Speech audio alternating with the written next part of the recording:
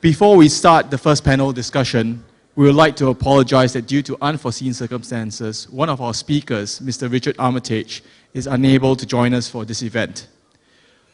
And now, I would like to introduce our moderator, Mr. Yusof Wanandi, Chairman, Indonesian National Committee for Pacific Economic Cooperation Council, and Senior Fellow at the Center for Strategic and International Studies, Jakarta. Please join me in welcoming our moderator for the first panel. Mr. Wanandi, please.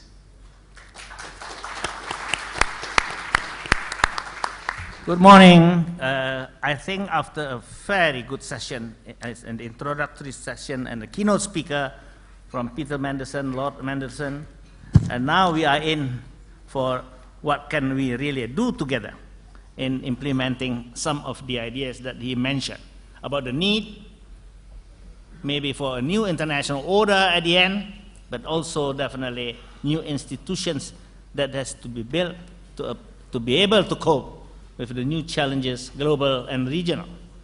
Well, we have a very illustrious panel today, this morning, and I'm very thankful for Barry Desker to invite me to be a moderator this morning, because I really am looking forward to some of the ideas that the panel will put forward on this problem of the shifting of global balance of power in the 21st century. Well, I must say that at least we have one good positive thing for us, and that is that we are talking about the same system. There is no competition about a new system or order, for that matter, as a whole. So that, I think, is very important. Even China recognizes herself as a reforming status quo power. So that is the one good thing that we have. But the main problem is still, of course, how really are we going to cope with this problem of the new centers of economic and political power, and what impact that is going to have on the international system. How are they going to be represented in the world institutions in the future? One other problem is, of course, who is going to lead? That is the worry of a vacuum of leadership in the future, because we have always been dependent to a very large extent to the United States, and as we have seen in the Libyan, uprising, overcoming that, she is willing to actually be like in Javanese, Tutwuri Handayani. That means leading from behind. So that we have a problem. Then how are going to the new form of cooperation to be established? Another worry in this part of the world particularly is not to repeat what happened in 19th century Europe, and that is competition, confrontation, and conflict between a new rising power and an old established power. So we try to cope that with some regional institutions. Let's ask Kishore what he thinks about it later on. Without further ado, may I now, since Rich is not here, introduce and Ambassador, actually, Randt to be able to give us, the first 12 minutes of his thoughts on all these issues. And I invite him to take the podium. Please, Ambassador Randt. Thank you.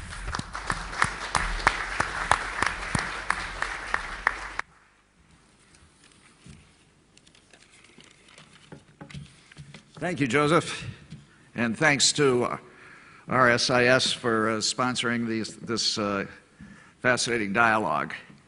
Now, I apologize to those of you who are expecting my good friend Rich. I went to the gym this morning, and I still don't make it.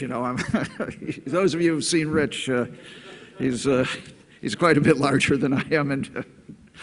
But in any event, in 1964. I was a young man headed off to college from the Midwest, and my dad, a medical professor, said to me, true story, if I were a young man going to college, I'd study Chinese. I looked at him like he'd lost his mind. And I said, Dad, why would I do that? And he said, because it's a quarter of the world's population, and it's going to be a great country in your lifetime. And indeed, we've seen that the rise of China is one of the most significant events of our lifetime. And it also shows that Westerners, particularly American teenagers, have something to learn from Asia too. You know, the theories of Confucius, you know, listen to your parents. American teenagers famously do not listen to their parents, so it does pay off. As you get older, your parents seem to get smarter. It works that way.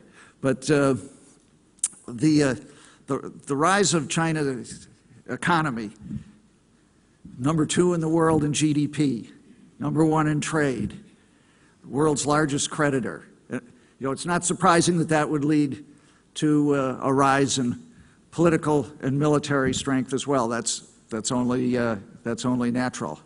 But it does. The sudden rise of China has meant that the tectonic plates of the comfortable old world order are indeed shifting.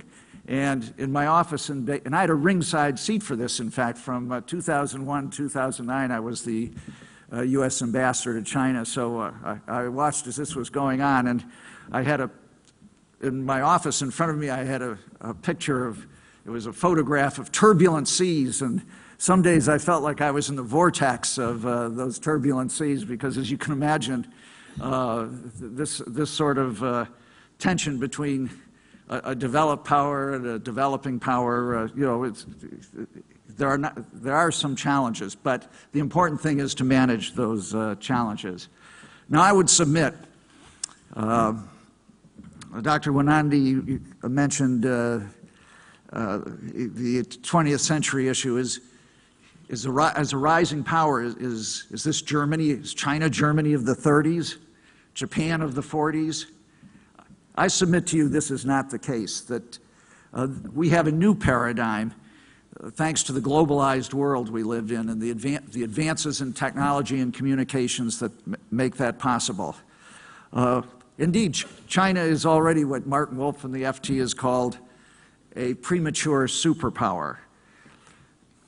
And in this globalized modern world, big powers have more to fear from non-traditional security threats than they do from each other.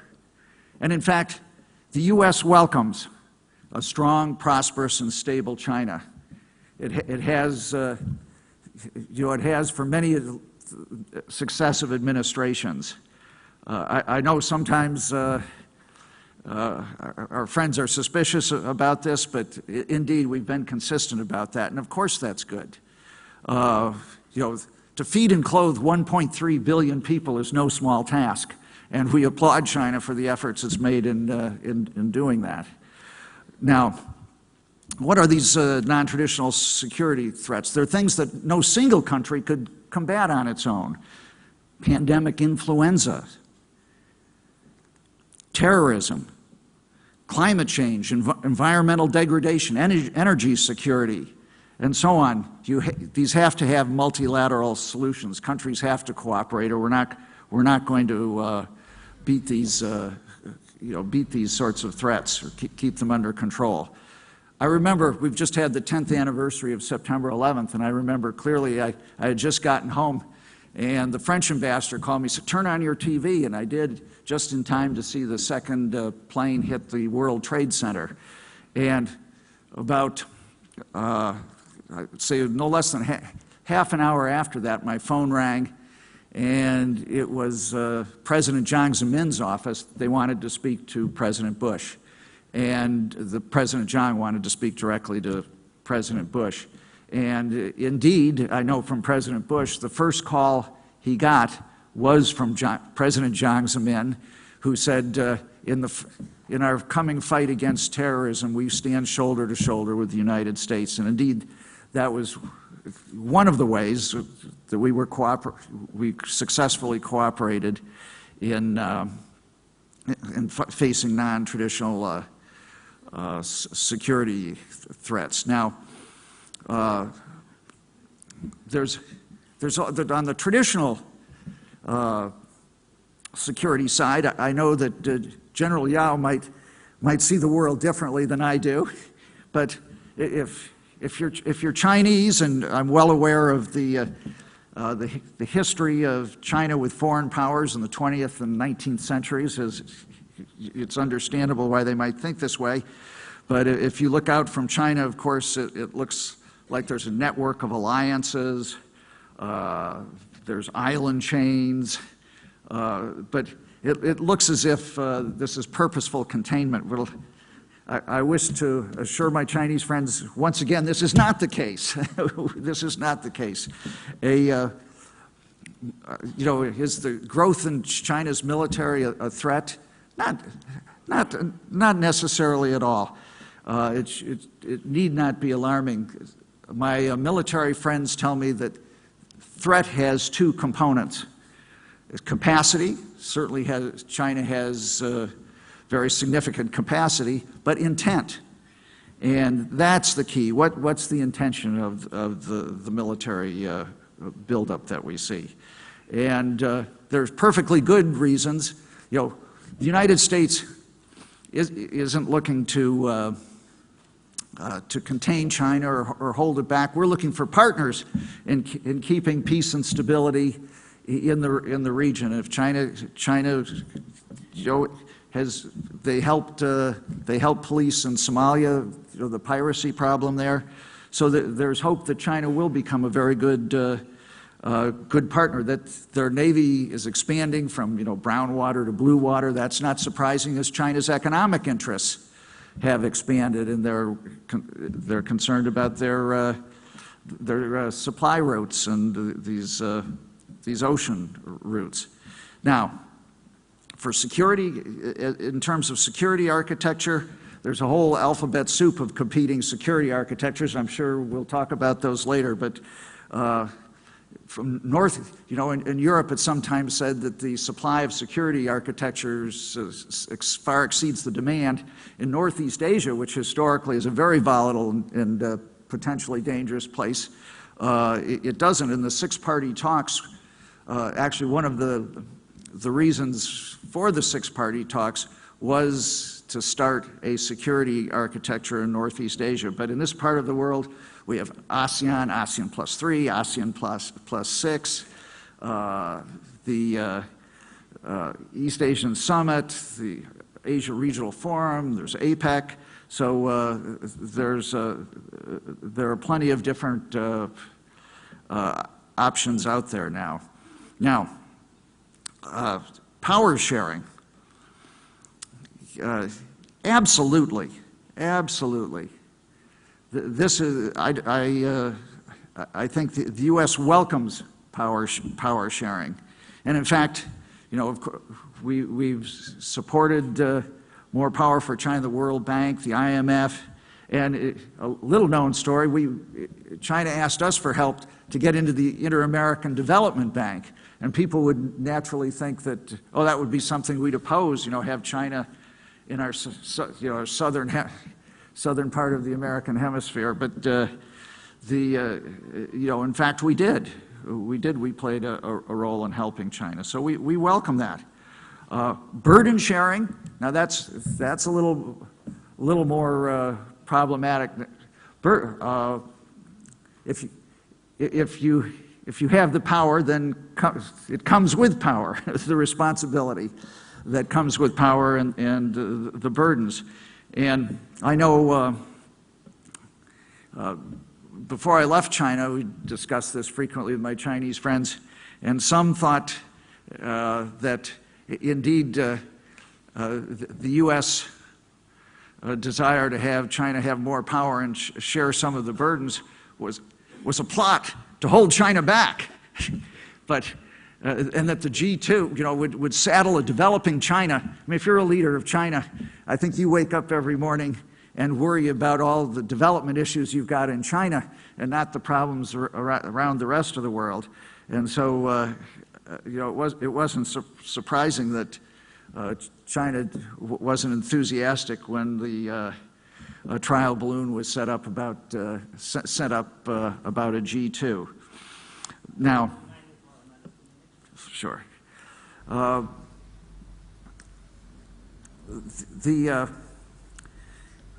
I'd like to point out in closing here that the Chinese have just published a white paper, in which it's a very welcome one. It comes from the State Council, and it says clearly that China doesn't want to be a hegemon. Sometimes I was accused of being a hegemon. I never felt like one, but indeed that isn't China's goal. And in fact, that China wants to share, not only wants the power, but wants to share the burdens as its capacity develops. So that we welcome that, and that's a very good thing. From the U.S. perspective, and of course, I apologize, I see this from a U.S. perspective, and it was interesting to me, sitting in Beijing, even amongst Americans, my view of Asia was very different than my colleague in Tokyo or my colleague in Seoul. We'd get together twice a year, and it was very helpful. But from a U.S. perspective, Asia's well-being and prosperity is essential to our own, and we owe it to our children to find a way to cooperate. Thank you very much. Thank you, Ambassador Randt. That was a very positive statement you made, and I'm looking forward, Ms. Yao's answer afterwards. But now I have to refer to Sergei. And I don't read anymore the biographies. You can find them in the booklet. But Sergei definitely is one of the best representatives of the think tanks, from Russia. And we had a long friendship. And now I give you the floor, Sergei. 12 minutes. Thank you. It is a great pleasure, indeed an honor to speak here, and thank you for inviting me, Mr. Ambassador. I would like to be as provocative as I could because the times are calling for provocative talk and provocative speaking. Well, the power shift which we are witnessing is unprecedented, not only in terms of its swiftness. Never in the history of the world the power shift has been happening so rapidly. But it is also unprecedented because it so far has been so peaceful. Never in the history of the world such a power shift has not been accompanied by wars unleashed either by powers which are losing or by powers which are winning and trying to solidify their gains. Indeed, this relative smoothness of the whole shift is even more amazing, taking into consideration the other prevailing trends, the rapid demise of the international governance, the growing chasm between this decline of governance and continuous globalization of all economy, climate, everything. We are sliding towards financial and probably even trade protectionism. Financial protectionism is just around the corner. In addition to that, we are witnessing enhanced competition for natural resources and thus food and thus territory. I'm living in the north and I'm amazed at how this competition comes about. There is already a competition with a militaristic overtones about the unexplored resources under the Arctic ice. We are competing with other countries. For a zero. Nobody knows if there are any resources, but we are already, talking fleets, we're talking, special forces, for Arctic warfare. That is fun. That is funny. The worst is happening right now. The United States, on the robustness of whose political system we have been relying, whether we like the United States or not, is losing this robustness. We saw the suicidal divide all too well this summer during the debate over the extension of debt ceiling. And of course, international regimes and rules like respect for sovereignty, like keeping one's word in international relations, like normal political morale crumbling, In Soviet times, I knew my authorities and their press lied, but I had the opportunity to refer myself to the Western press, not anymore. And not only dictators, but perfect democracies are lying now to each other and to the world as never. And I applaud Professor Mahbubani because he had guts in his recent article in Financial Affair to tell that their king is naked. And I must say that I have sent his article all over the world for those who do not read Financial Affairs. And again, that was the fresh wind from the new world, I would say. Thank you for doing that. So, in principle, by natural historical criteria, we would have been living in a pre-war world. But I'm not alarmist at all, for one simple reason. We still have a lot of nuclear weapons. And the mystical fear they impose on us, making it virtually impossible for nations to risk a big war for fear of annihilating Armageddon. Though our sanity even on that issue could be questioned, only 2 years ago we seriously debated again the necessity to go to a nuclear zero. Remember that debate, or even to a minimal deterrence, which is even worse. So, where to go from here? Clearly to reinvent effective multilateralism, like it was invented, 50 years ago by Western nations, by with some participation of Soviet Union, though I'm not sure whether Soviet Union fully adhered to the principle of effective multilateralism, especially in the first 30 years. But clearly we could not rely now for this effective multilateralism to be reinvented by the old powers. Europe, my cradle, is in a systemic crisis.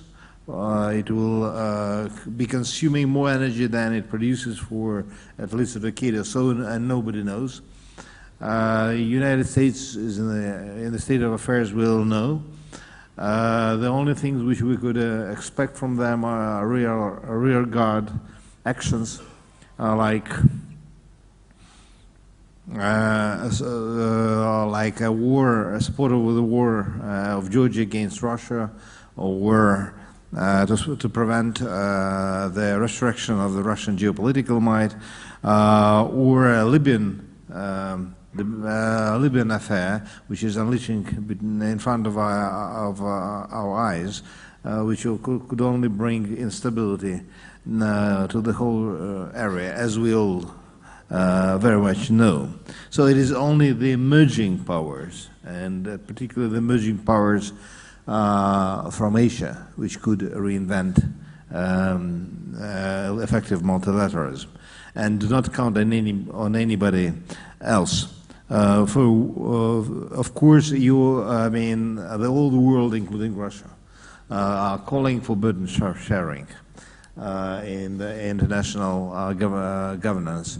I do not think that you are so stupid as to do the burden sharing, and that is to support the system which was created not for you, not for you. But there is a real need for burden sharing in terms of building a new world and a new system of world governance, and that should be done by new nations. What could be done? First, a set of policies should be proposed and implemented, helping the U.S. from becoming a revisionist power. Second, we have to think of ways to prevent competition between China and the United States, which is natural, from deterioration into a militaristic rivalry. Third, we have to think how to prevent the deepening of the security vacuum around China, which is happening because China is becoming too strong for her neighbors, irrespective of the fact that it is a peaceful nation, and it shows at almost every angle, from almost every angle, that it does not intend to use its new might forcefully. Nevertheless, everybody's afraid. So the obvious solution is, of course, a creation of a pan-Asian security framework, and do that before 2020. There is no time. The second thing is to learn from our lessons. When creating a very necessary pan-Europe, pan-Asian, pan-Pacific security framework, organization, whatever you call it, do not commit mistakes we did in Europe. And first of all, avoid European-type arms control. Arms control does not control arms. Arms control strengthens militaristic thinking in our minds, because people start to look, while conducting arms control, at each other through the barrels of the guns. I mean, bean counting, endlessly bean counting. Go only for transparency, for cooperation, etc. Third, restore at least the respect for sovereignty with all its pitfalls. Sovereignty is, of course, at this juncture, has its weaknesses, but there is nothing else. If we continue our attack on sovereignty, that means that we will go for that jungle rule. The attacks on Yugoslavia, the attacks on Iraq, the attacks on Libya has told us all that only deterrence works. And I don't want the world to continue to rely only on military deterrence. Then create, as fast as possible, a third world currency. Two reserve currencies are weakening, and they are not sufficient. And again, I'm stressing once and again, I mean, do not rely on us or from the old world to give you solutions. I mean, offer us solutions. We will try to help you to implement them. What my own country, Russia, could do, well, I'm Russian, so I have to say something about my own country. Well, first of all, I mean, we should keep our nuclear potential vigorous and effective, in order nobody would ever risk a war in the world. Second, we should help ourselves and other Europeans to overcome the residual, funny-sounding divide we have inherited from the Cold War, and build a trans-European political, economic, and social and cultural and security community, we in Russia call the Alliance of Europe, which could become the third pillar of the world, the second of the future world. The two others are obviously China and the United States. But Europe stays divided and weak, both sides of Europe, Russia and the other Europe. I don't believe that that is easily achievable. However, we in Russia are trying and will try. Fourth, I mean, yes, I'm finishing. Fourth, fill with other most Asian countries, the emerging security gap around Afghanistan. Fifth, do something. We should do something together with the United States, and we're inviting other nations, including, of course, first of all, the great nations like India and China, do something about the glaring security gap around the Middle East. It is unbelievable that we have not been doing anything about it while things are going from bad to worse there. And the last, but not the least, there is one more gap emerging in the world, and that is the gap called Siberia. I think Russians will have to reinvent and reconquer Siberia in a very positive sense. That is, with a foreign capital from all countries like the United States, China, Singapore, Indonesia, Japan, make Siberia a new resource and food base for the emerging Asia, thus filling the vacuum political vacuum which is being created there, contributing to the international and Asian security. Thank you very much. Well, thank you, Sergei, and also coming up with some specific ideas, and proposals that we can talk about later on in the discussions.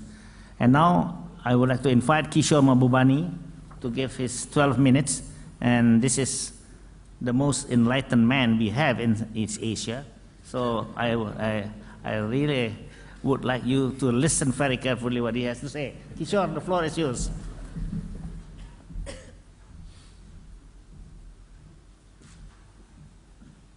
Yusuf, that's how you fix your friends, is it?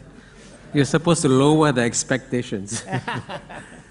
Let me begin, first of all, by thanking Sergei for circulating 200 copies of my Financial Times article.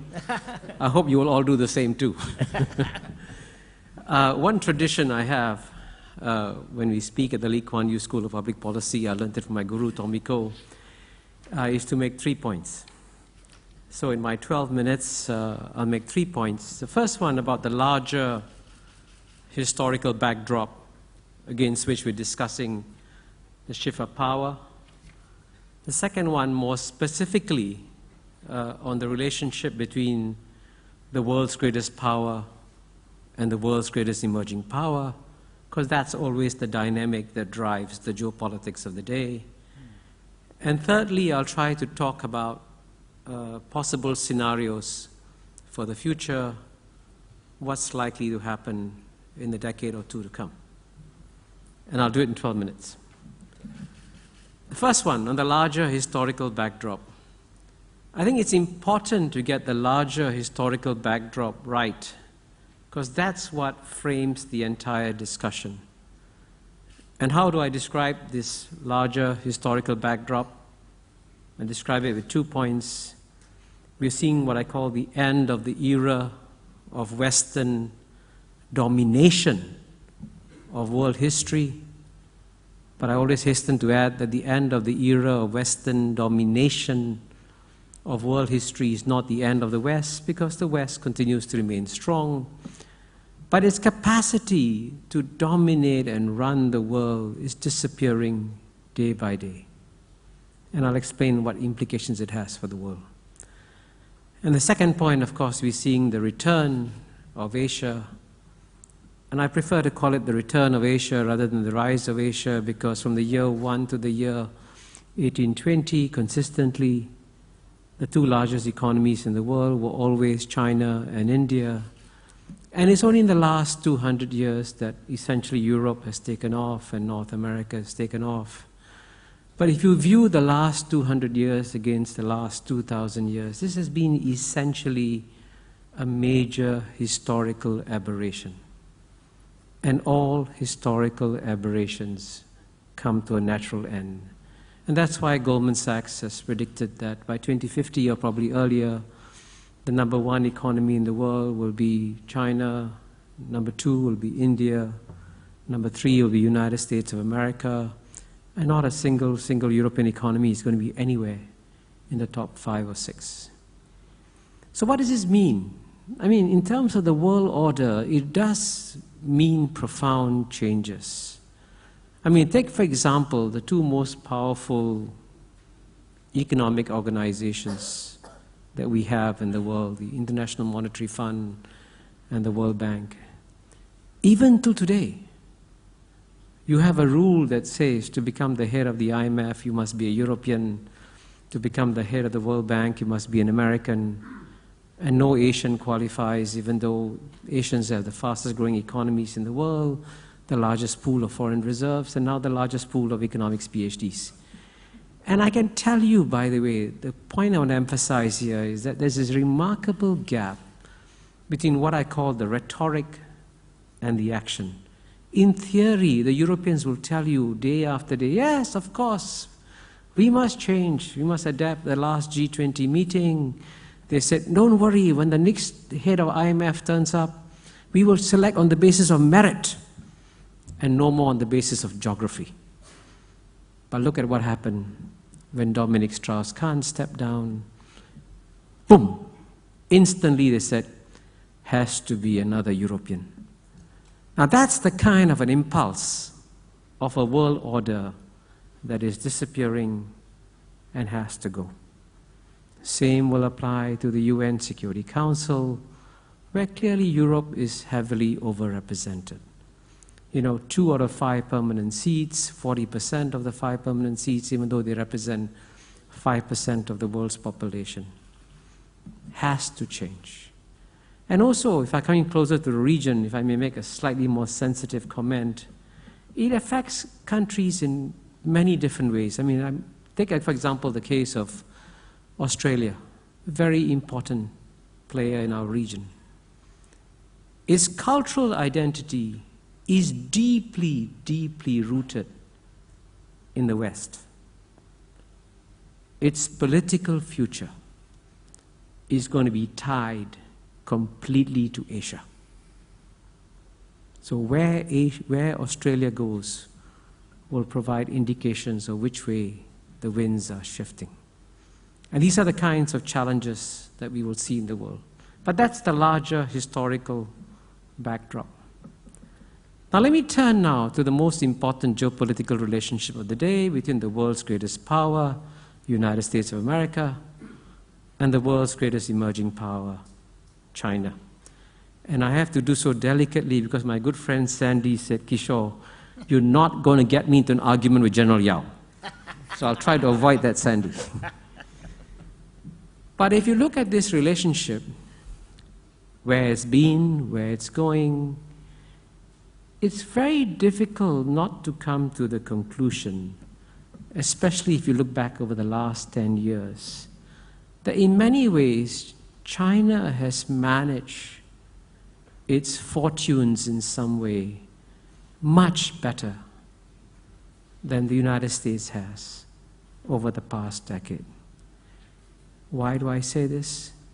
Logically, throughout history, when you see the relationship between the world's greatest power and the world's greatest emerging power, the world's greatest power always tries, in one way or another, to check the rise of the world's greatest emerging power. But this, as you know, has not happened. I mean, it could be because of, possibly, I don't deny this, the goodwill of Washington, D.C., but it also could be as a result of extraordinary geopolitical competence of Beijing, taking advantage of opportunities that came its way. And I can tell you, in the last decade, the United States invasion of Iraq was a major geopolitical gift to China. It got American attention away from China. America got distracted by wars in Iraq and Afghanistan, and in the meantime, China kept on rising, developing its economy, developing cooperative relationships, so much so that if you could have a kind of a theoretical map of geopolitical influence in the region and globally, it's not difficult to document that American geopolitical influence in relative terms has been going down, and Chinese geopolitical influence in relative terms has been rising steadily. And the best thing that's happened to China is that it's been able to grow and become the world's second largest economy without any forces checking it or stopping it. And that's an amazing achievement for a rising power. So I actually believe that the potential of China maintaining its steady rise is very, very strong, and is something that we have to learn to live with in this region. So what will be the larger implications for the future? That's my third point. And here, it's very easy to think of two alternative scenarios. Scenario one, which is the traditional, what you might call, geopolitical expectation that when you have rising powers, when you have shifts of power, you will see naturally rising geopolitical tension. So it's not difficult to paint a scenario in which in the next 10 years, the US-China relationship finally goes back to the natural logic, and the US tries in one way or another to counterbalance the rise of China in one way or another, strengthening its alliances, strengthening its navy, doing various things. Or you might see other rivalries. You might see quite conceivably stronger geopolitical rivalry between the two rising powers in Asia, namely China and India. Or you might even see tensions between China and Japan. And the reason why you can't rule it out is because people make mistakes. And even China, I spoke about its geopolitical competence overall, but if you look back at the record of 2010 was a very bad year for China. It mishandled its relationship with Japan in the fishing boat incident after having humiliated Japan and forcing it to accept Chinese terms for the release of the fishing boat and the captain. China went a step too far and actually asked Japan to apologize after having been humiliated. That was unwise. And that was wrong. That was a mistake. So China can make mistakes. Similarly, if you watch China's statements and actions on South China Sea, they clearly haven't been as smooth and subtle as they should have been, and there have been concerns in this region too. And if you look at China and Korea also, China's reaction following the shellings by North Korea caused a lot of alarm in South Korea. So you can see that if you analyze what happened the last year, mistakes were made by China. But you also see, by the way, that China learns very quickly from its mistakes. And what's interesting is that a year later, China-Japan, China-Korea, China-ASEAN relations are again more or less back on track. So it shows what can be done. So that's one potential scenario, tensions in the region. But if I had to make a bet, I'm going to make a very foolish bet and predict a rather optimistic future for this region. And the reason why I bet an optimistic future for this region is that it is just plain common sense that the stupidest thing that the countries of this region could do is to engage in new kinds of geopolitical rivalries. Because if they do that, they're going to miss the greatest historical opportunity that they have had to develop and grow their economies. And that's why you find overall a tendency towards both geopolitical caution and a tendency towards geopolitical pragmatism. So when incidents surface, when problems surface, as they inevitably will, it's how you manage them that determines the outcome. And the capacity for this region to manage these differences has been, by and large, touch wood, pretty good. And here I must say, the silent hero in all these processes is an organization that is often dismissed, ignored, rubbish, and that is, of course, ASEAN. And ASEAN, I can assure you, has played an enormous role and has been very strong and powerful because it is weak. Because it is weak, it is not a threat to anybody. Because it is weak, everybody trusts it. And this is the forum where the Chinese and Japanese and Indians and Americans and everybody meet. And I believe that as long as ASEAN can continue to play that role, I'm reasonably confident that we will see a few more good decades ahead. Thank you. Thank you.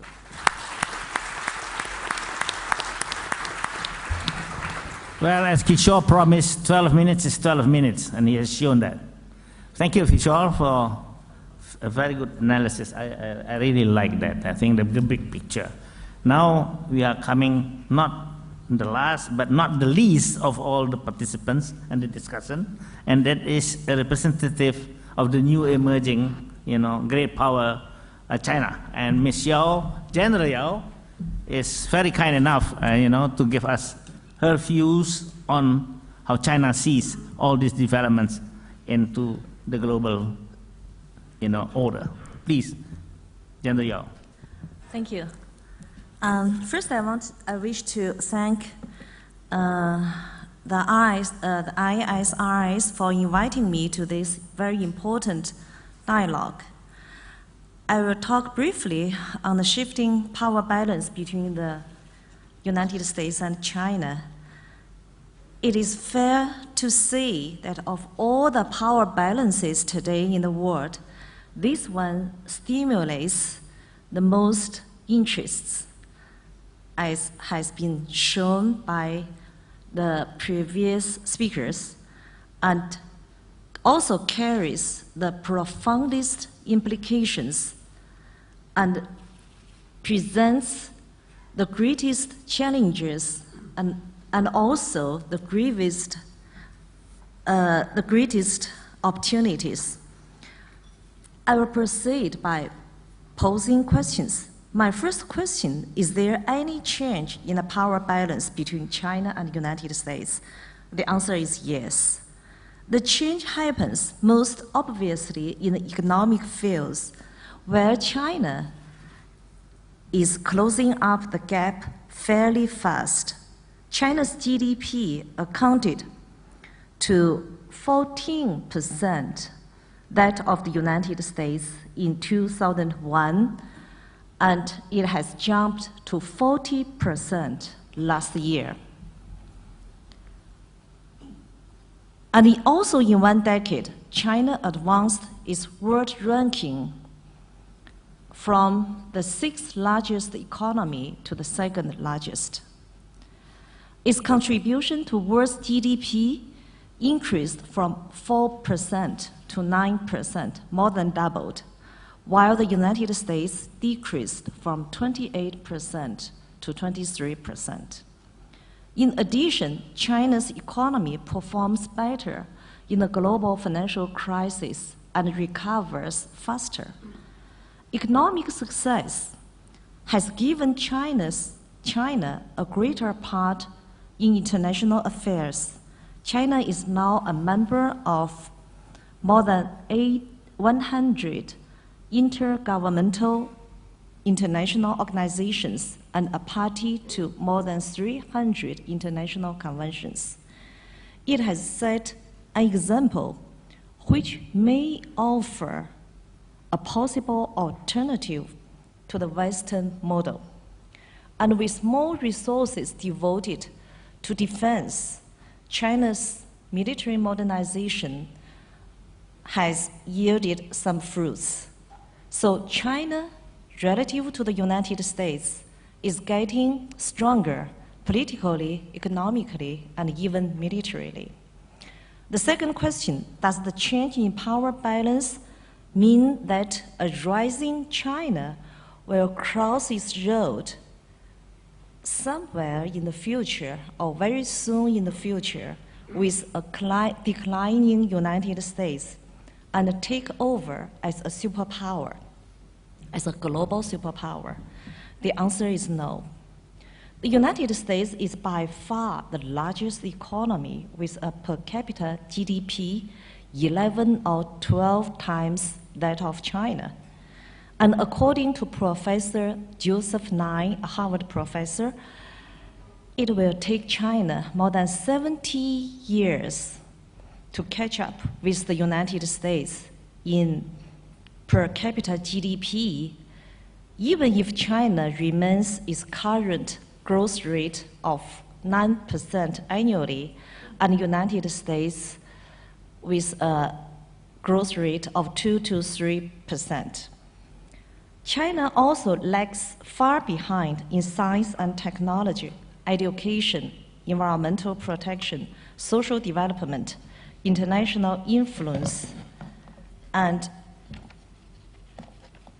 value projection capabilities. The United States still presides over a global system it has created over decades. Its currency dominates world banks. It leads both transatlantic and trans-Pacific military alliances. It has the strongest military with worldwide force projection capabilities. Up to now, China has not been able to pose a comprehensive challenge to the United States. The international power structure remains what we describe in China as one superpower and many great powers. My third question, does the shifting power balance have any implications? The answer is yes. The change in power balance, whether in reality or in perception, do have implications for China-American bilateral relations, for regional powers of balance, balance of power, and for the future global power structure. On the bilateral level, both American and Chinese leaders have very clear-headed evaluation of the power balance. President Obama announced that the United States would not accept the second place in the world. Premier Wen Jiabao repeatedly stressed that China is still in the primary stage of socialism and remains a developing country. However, there has been some change in public opinion in both countries and also in national mentality that complicates decision-making. The Americans are more anxious about China's rise and uncertain about its future, and the Chinese are more suspicious about US strategic intention concerning China. As my previous speaker mentioned, last year turned out to be a particularly difficult one as a result of intensified anxieties and distrust. Google withdrew from China early that year, last year. US sold arms to Taiwan, and China suspended meal exchanges. President Obama met with Dalai Lama. China protested against US sending carriers into the Yellow Sea, and US claimed its national interest and defense commitment in South and East China Seas. During the events, the Americans criticized a newly found Chinese assertiveness, and the Chinese complained about the continuous American neglect of its national interests. Relations warmed up early this year when President Hu Jintao paid a visit to the United States. The greatest stabilizer is simply the fact that the interest both countries share outweighs the interest they conflict over. On the regional level, a growing China provides its neighbors with more opportunities, especially economic opportunities, but may also look formidable when interests come into conflict. And a weakening United States causes concern that it may fail to keep its regional commitment when challenged by China. The tilting power balance in favor of China thus drives regional countries to reevaluate their environment, to readjust their policies, and in some cases, to rebalance their relationship with the two countries. If China and the United States are perceived to be heading toward confrontation, regional countries will feel the pressure to take side. China, in turn, may interpret this as encircling and containing China, and respond with a more challenging posture. In the American perspective, loss of credibility to regional allies and partners will lead to loss of influence in Asia-Pacific region. This would also lead to a tougher position against China. Thus, a confrontational bilateral relationship destabilizes the region, and regional instability further deteriorates the China-American bilateral relationship. However, if China and United States are perceived to be on a good and cooperative term, it will be much easier for regional countries to balance between them. On the global level, China's rise, together with the concurrent rise of a group of developing countries, such as the BRICS and VISTA countries, the integration of the EU, and also actually the rise of the EU, the process of globalization and power diffusion combine to push the world from unipolarity to multipolarity. How will the United States and China interact in the transition to a new world power structure?